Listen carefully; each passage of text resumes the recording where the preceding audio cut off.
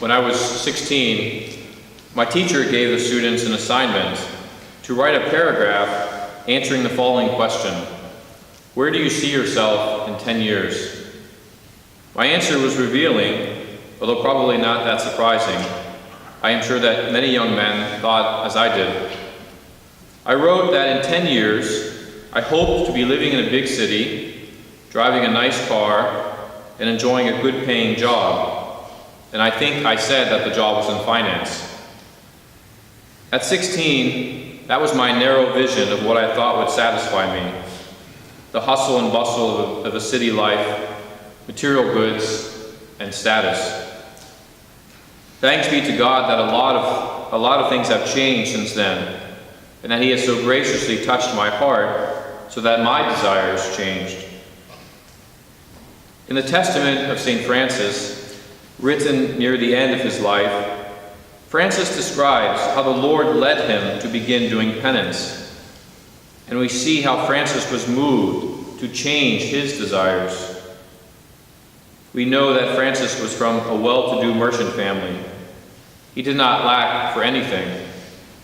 He wanted to be a knight, to be important, and to continue the good name of his family. But Francis tells us that the Lord led him among lepers, and He showed mercy to them. Francis's life changed because of his encounter with another person. In this case, a weak person, socially outcast, part of a group of people that Francis previously avoided.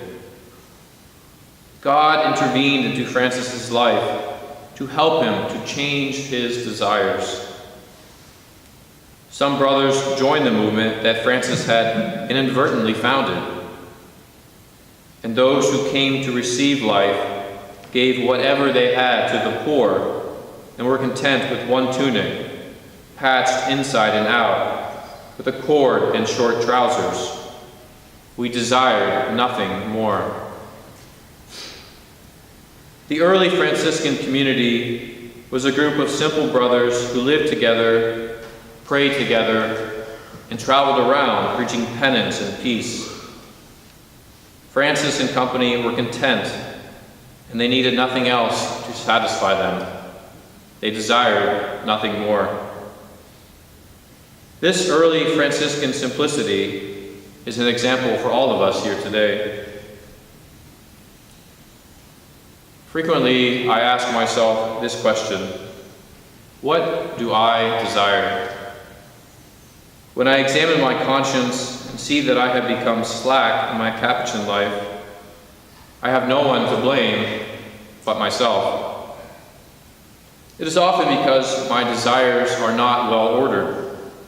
I can slip into my 16-year-old mindset of desiring those things that will not last and will not make me happy. A friend of mine, a holy monk, has told me before that Capuchins have everything they need to become saints. He's right.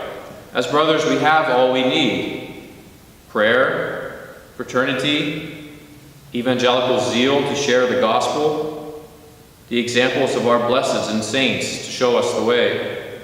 What else do we need? Why must we seek distractions to find fulfillment? Taking St. Francis and the early Franciscan community as my model, I'm going to use this Lent to purify my heart and my desires. I want to be focused on this Capuchin life and be content with living this life really well. Brothers, what do you desire? How do your desires align with your Capuchin vocation? Holiness does not come to spectators. Make an effort to desire nothing more but this Capuchin life, our way of salvation. It is possible for each of us to be saints for the Lord.